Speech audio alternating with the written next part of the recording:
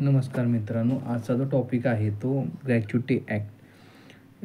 याची स्थापना झाली ग्रॅच्युटी ॲक्ट 1972मध्ये. ओके, तर हा गव्हर्मेंट प्लस प्रायव्हेट ऑर्गनायझेशनला दोन्ही ठिकाणी ॲप्लिकेबल आहे.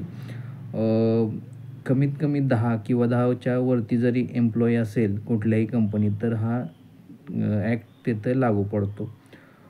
कुठलाही एम्प्लॉई जर समजा 5 वर्ष कंटिन्युअस काम एकाच ऑर्गनायझेशन करत असेल तर त्याला तो ग्रॅच्युटीला ॲप्लिकेबल होऊ शकतो.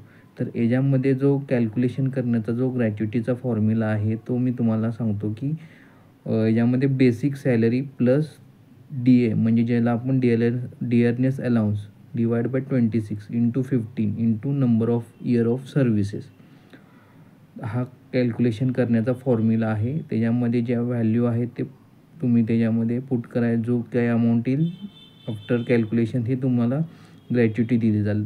आता याच्यामध्ये दुसरं म्हणजे असं की जर कुठलाही एम्प्लॉई 5 वर्ष 5 महिने जर करून त्यानं जॉब रिझाईन केलं आणि ग्रॅच्युटीला ॲप्लिकेबल झाला तो तर 5 वर्ष 5 महिन्याचं केलेलं आहे ते राऊंड अप फिगर होऊन 5 वर्षाचा त्याला ग्रॅच्युटी मिळते. सेकंडली असा सेकंड याच्यामध्ये कंडिशनमध्ये समजा 5 वर्ष 7 महिने त्यानं पूर्ण कंटिन्युअस सर्व्हिस करून त्यानं रिझाईन केलं तर हे कन्सिडर 6 वर्षासाठी केलं जातं.